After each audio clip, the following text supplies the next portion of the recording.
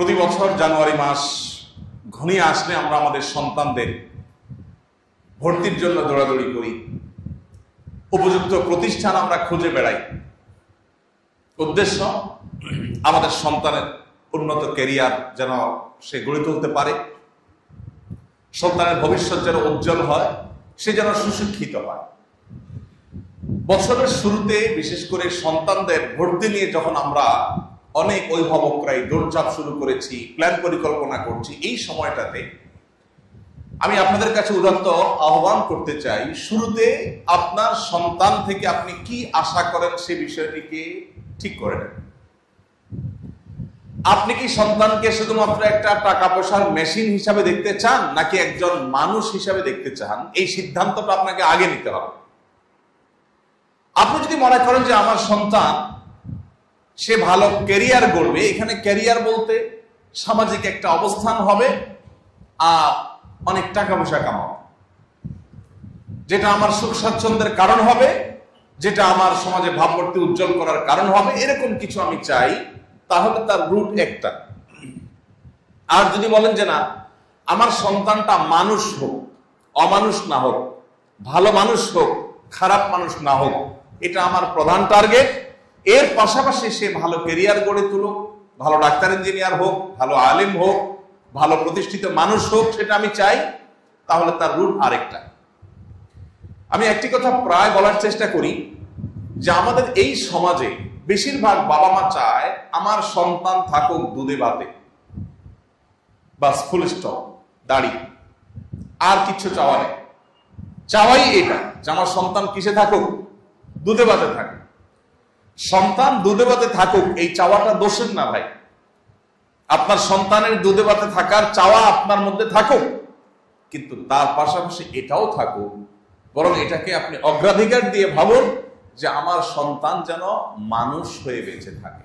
ও যেন ঘুষখোর না হয়, ও যেন সুদখোর না হয়, ও যেন সন্ত্রাসী না হয়, সে যেন চিটার বাটপার না হয়, সে যেন কারো হক মারার মতো মানুষ না হয়, সে যেন কারোর কষ্টের কারণ না হয়, সে যেন ভালো মুসলমান হয়, সে যেন আল্লাহ ভীরু হয়, সে যেন মুত্তাকি পরহেজগার হয়, সে যেন কোরআন সুন্নাহকে চিনে।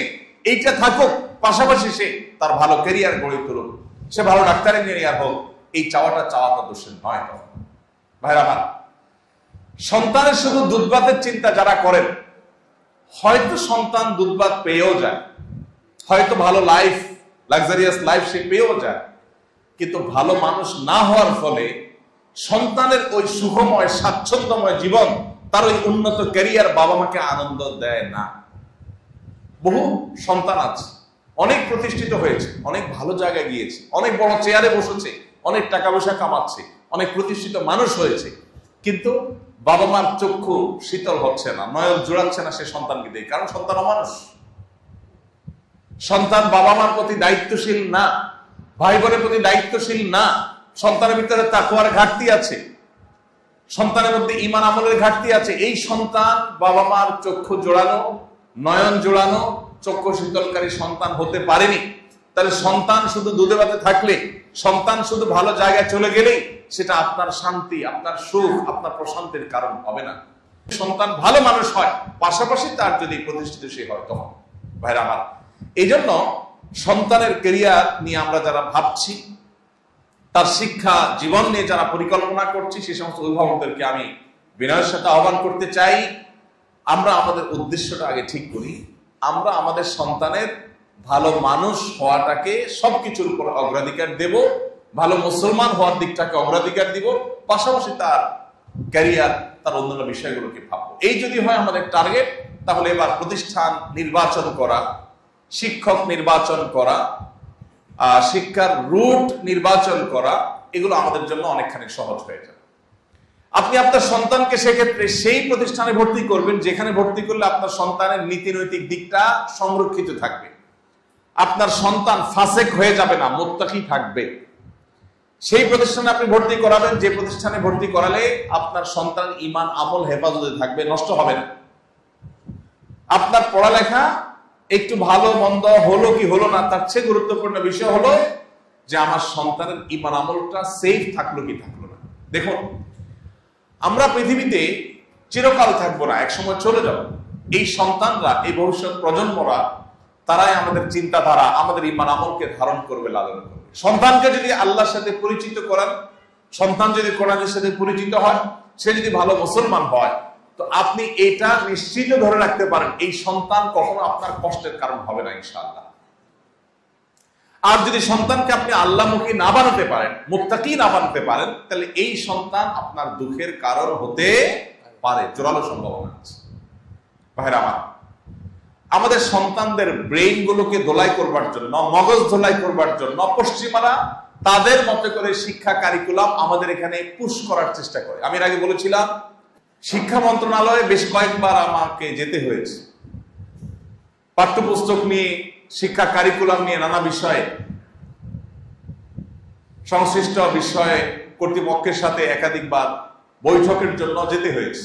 আমি অবাক হয়েছি, অন্য আরো অনেক মিনিস্ট্রিতে আমি গিয়েছি বা অনেক দপ্তরে আমার যাওয়া হয়েছে, কিন্তু আমার কাছে মনে হয়েছে 2-3টা দপ্তরে বিদেশিদের আনাগোনা সবচেয়ে বেশি, এর মধ্যে একটা হলো শিক্ষা। আমি অবাক হয়েছি, এত বিদেশি কেন এখানে? উপদেষ্টার সাথে, মিনিস্টারের সাথে সাক্ষাতের জন্য বিদেশিদের এত কাজটা কি? আমার দেশের ছেলে মেয়ে কি পড়বে না পড়বে এটা নিয়ে ওদের এত মাথা ব্যথা কেন? আমার দেশের ছেলে মেয়ে কি পড়বে এটা নিয়ে আমার মাথা ব্যথা, আপনার মাথা ব্যথা হবে, বিদেশিদের এত মাথা ব্যথা কেন হবে? তারা কেন এত ঘুরঘুর করবে মিনিস্ট্রির মধ্যে? আমি যতবার গিয়েছি ততবার দেখেছি ওয়েটিং রুমে আমার সাথে অনেক বিদেশি অপেক্ষা করছে। আমি অবাক হয়েছি, আমি বিস্মিত হয়েছি। আমাদের সন্তানদের ব্রেইন ওয়াশ করার জন্য, তাদেরকে বেঈমান করবার জন্য, তাদেরকে এদেশীয় কালচার থেকে সরাবার জন্য শিক্ষা কারিকুলামে হেন কোনো চেষ্টা না যে করা হয়নি। আপনারা জানেন, বিগত আমলে এটাকে নষ্ট করতে করতে এমন একটা পর্যায়ে নিয়ে যাওয়া হয়েছে যে আমরা ঘন্টাকে ঘন্টা বক্তব্য দিতে হয়েছে এটা নিয়ে। আলহামদুলিল্লাহ, কিছু কিছু বিষয় থেকে তখন সরকার সরে আসতে বাধ্য হয়েছে, কিন্তু এখনো সেই ষড়যন্ত্র বসে নেই, এখনো সে চলমান আছে। এখন আপনার সন্তান কি পড়ে, ও কি বাংলা শিখতে গিয়ে বাংলা শিখছে নাকি প্রেম শিখছে? সে কি বাবা মার অবাধ্যতা শিখছে? সে কি অবৈধ সম্পর্ক করা শিখছে শিক্ষার নামে? এই বিষয়টা দেখভাল করা আপনার দায়িত্ব। অনেক বাবা মা আছেন, ছেলে ফেলে ভালো স্কুলে চান্স পেলো কিনা, ভালো রেজাল্ট করলো কিনা, এরপরে ভালো কলেজে যেতে পারলো কিনা, ভালো ভার্সিটিতে যেতে পারলো কিনা, ভালো জায়গায় চাকরি পাইলো কিনা, ব্যাস এটাই তার দেখার দায়িত্ব মনে করে। বরং দুর্ভাগ্যজনক সত্য হলো, অনেক অভিভাবক আছেন, সন্তান ভালো জায়গায় যেন চান্স পায়, ভালো রেজাল্ট যেন করে, সেজন্য পারলে সন্তানের জন্য টাকা দিয়ে নকল কিনে এনে দেয়, সন্তানের জন্য প্রশ্ন, ফাঁস হওয়া প্রশ্ন কিনে এনে দেয়। অনেক অভিভাবক এরকম আছে না নাই? যেই অভিভাবক তার সন্তানের জন্য ফাঁস হওয়া প্রশ্ন কিনে এনে দেয়, সংগ্রহ করে দেয়, নকল সরবরাহ করে দেয়, এই অভিভাবক এই সন্তানের হাতে মূলত বিষ তুলে দিচ্ছে, তাকে অমানুষ করছে, নীতিহীন করছে, চোর এবং প্রতারক বানাচ্ছে।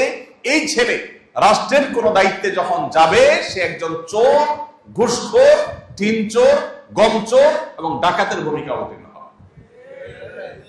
আমরা যারা অভিভাবক আছি, আল্লাহর কাছে আমাদের অনেক বড় দায়িত্ব আছে। ভাই, আপনার সন্তানের শিক্ষা বিষয়ক পরিকল্পনা করবার আগে আপনি ভাবুন, আপনি সন্তানকে কোথায় দেখতে চান।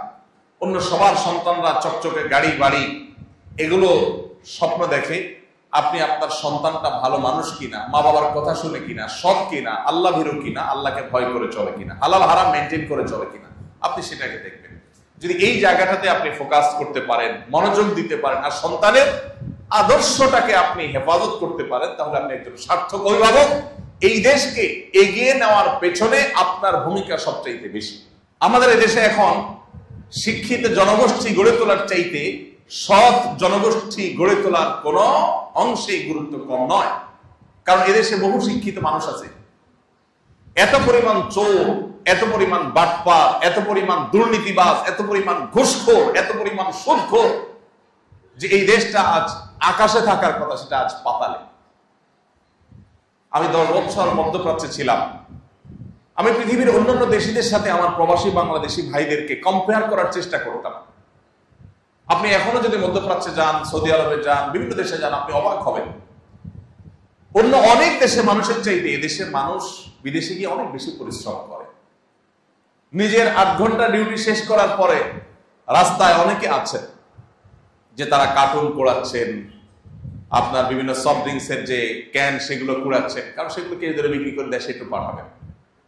অনেকে নিজে একটু ভালো রেখে দেশে পাঠানোর জন্য চেষ্টা করে, এত পরিশ্রম করার চেষ্টা করে সাধারণ মানুষ, কিন্তু দুর্নীতি, দেশের সম্পদ বাহিরে পাচার করে এই দেশটাকে বরাবরের মতো লুট করে শেষ করে ফেলা হয়েছে। আর এই জন্য আপনার সন্তানটা অনেক বড় শিক্ষিত হওয়ার চাইতে কোনো অংশে কম গুরুত্বপূর্ণ নয় যে সে একজন ভালো মানুষ হবে, সৎ মানুষ হবে, যে ঘুষ এবং দুর্নীতির সাথে জড়াবে না।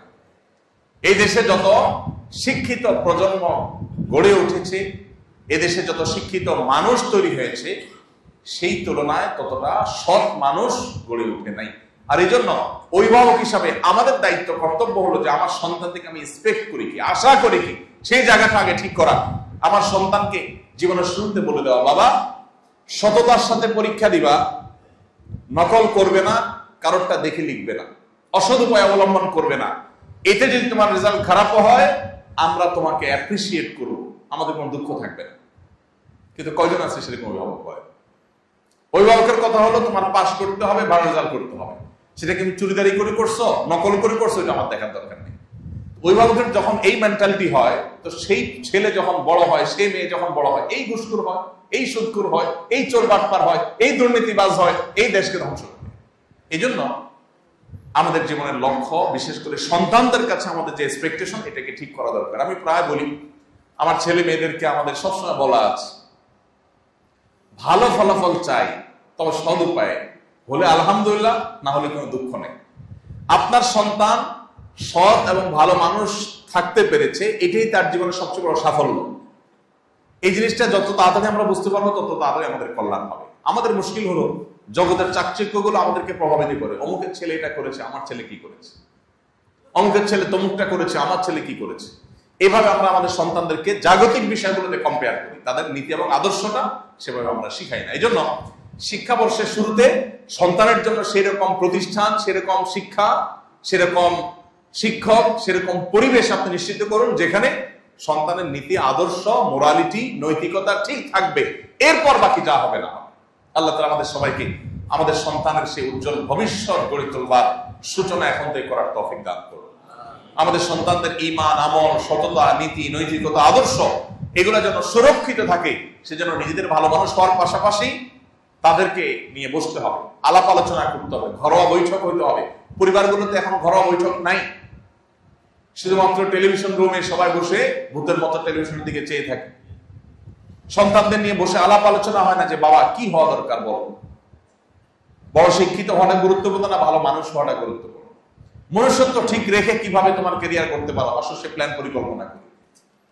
তোমার কাছে আমাদের এক্সপেকটেশনটা কি? বেশিরভাগ বাবা মারা সন্তানদেরকে এমন ভাবে চাপ দেয় যে পড়ালেখা করবি, ভালো রেজাল্ট করবি, ভালো জায়গায় চান্স হয়, বাস শেষ, জীবনের লক্ষ্য শেষ। এই জায়গা থেকে আমাদের সরে আসতে হবে। আল্লাহ তাআলা আমাদের সবাইকে সে তৌফিক দান করুন। আমাদের প্রিয় স্বদেশকে সমৃদ্ধ, দুর্নীতি মুক্ত, সকল প্রকার অনাচার মুক্ত, অসততা মুক্ত একটি শান্তির আবাসভূমি হিসেবে আল্লাহ তাআলা কবুল এবং মঞ্জুর করুন। তবে তার সূচনা হতে হবে আমাদের বাসা বাড়ি থেকে, আমাদের পরিবার থেকে, আমাদের ছেলে মেয়েদের থেকে, আমাদের সন্তানদের থেকে। তো আমরা সেই চেষ্টাটা এখন থেকে আমি আশা করি করব। ইনশাআল্লাহ আল্লাহ তাআলা আপনার পরিবারকে একটা জান্নাতি পরিবার করবেন। আপনার ছেলে মেয়ে আপনার নয়ন জোড়ানো সন্তান হবে। আল্লাহ তাআলা কোরআনে কারীমে একটা দোয়া শিখাইছেন, সূরা ফুরকানের 74 নম্বর আয়াত, রব্বানা হাব লানা মিন আজওয়াজিনা ওয়া যুররিয়াতিনা কুররাতা আ'ইউন ওয়াজআলনা লিল মুত্তাকিনা ইমামা। অত্যন্ত অসাধারণ একটা দোয়া, অর্থবহ একটা দোয়া। আল্লাহ বলেছেন যে আল্লাহর কাছে যেন আমরা শিখাই, আল্লাহ নেককার বান্দারা আল্লাহর কাছে যেন আমরা চাই, আল্লাহ শিখাইছেন আমাদেরকে আল্লাহর কাছে যেন আমরা চাই। আল্লাহ নেককার বান্দারা আল্লাহর কাছে দোয়া করেন, রব্বানা হাব লানা মিন আজওয়াজিনা ওয়া যুররিয়াতিনা কুররাতা আ'ইউন।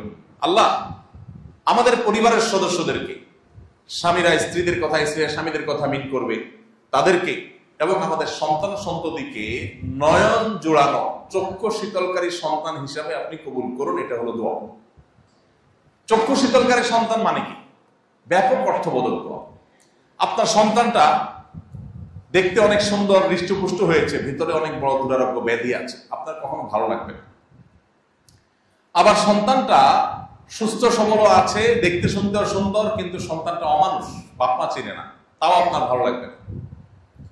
আপনার সন্তানটা সব দিক থেকে ঠিক আছে, মানুষও ভালো, সবই ঠিক আছে, কিন্তু ভালো ক্যারিয়ার করতে পারে নাই, ভালো উপার্জন করতে পারে না, চলতে কষ্ট হয়, তাও আপনার ভালো লাগবে না। আল্লাহ সুবহানাহু ওয়া তাআলা একটা শব্দে সবকিছু আমাদেরকে চাওয়ার শিক্ষা দিয়ে দিয়েছে।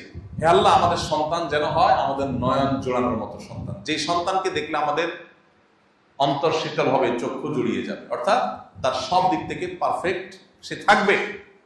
তার শিক্ষা, তার দীক্ষা, তার নীতি, তার আদর্শ, তার ভালো মানসিকতা, মনুষ্যত্ব, মুসলমানিত্ব, তাকওয়া, তাহারাত সবকিছুতে সে পারফেক্ট থাকবে, এরকম সন্তান চাই। আল্লাহ তাআলা আমাদের ঘরে ঘরে সেরকম সন্তান দান করুন। তবে সেরকম সন্তান শুধু দোয়া করেই পাওয়া যাবে না, দোয়ার পাশাপাশি আমাদের চেষ্টা চালাতে হবে, সেরকম প্রতিষ্ঠানে ভর্তি করাতে হবে যেখানে সন্তান ইমান আমল সেফ থাকবে। আমাদের সন্তানদের ইমান আমলকে গ্রাস করবার জন্য হাজারটা আয়োজন চলছে। আমাদের পাঠ্যপুস্তকে, আমাদের শিক্ষা কারিকুলামে শকরের থাবা এটা নতুন নয়, অনেক পুরাতন, বহুকাল থেকে চলে আসছে। শিক্ষার নামে বিষ ঢুকানো হচ্ছে আমাদের সন্তানদের মধ্যে। সচেতন থাকতে হবে, সজাগ থাকতে হবে, সতর্ক থাকতে হবে। সন্তান শিক্ষিত হওয়ার চাইতে সন্তান মানুষ হওয়া বেশি গুরুত্বপূর্ণ। সন্তান তথাকথিত শিক্ষিত হওয়ার চাইতে তার মুসলমানিত্ব টিকে থাকা অনেক বেশি গুরুত্বপূর্ণ। আল্লাহ তাআলা আমাদের অভিভাবকদেরকে সেই জিনিসটি বোঝার তৌফিক দান করুন। পরিবারে সেগুলোর আলোচনা করতে হবে, চর্চা করতে হবে, পর্যালোচনা করতে হবে, ঘরোয়া বৈঠক করতে হবে, পরামর্শ বৈঠক করতে হবে, স্বামী স্ত্রী সন্তানরা সবাই মিলে আলাপ আলোচনা করতে হবে। আমরা কি চাই? আমরা কি সুস্থ প্রতিযোগিতা চাই না অসুস্থ প্রতিযোগিতা চাই? আমরা কি অন্যের সন্তান যেরকম গাড়ি বাড়ি করে বৈধ অবৈধ বাছ বিচার না করে আমরা কি সেই রকম সন্তান আর সেরকম উন্নতি চাই, নাকি আমাদের সন্তানের মনুষ্যত্ব, দ্বীন, ঈমান ঠিক রেখে যদি সে ওইরকম কিছু করতে পারে আলহামদুলিল্লাহ, না করতে পারলে দুঃখ নেই, আমরা সেই লাইফ চাই। এটা ডিসিশন নিতে হবে পরিবার বসে। ভাইরা আমার, চাকচিক্যের পেছনে দৌড়াইতে সবাই পারে, কিন্তু চাকচিক্যকে না করে সততাকে ধরে রাখা এটা সবার কাজ না, এটা সবাই পারে না।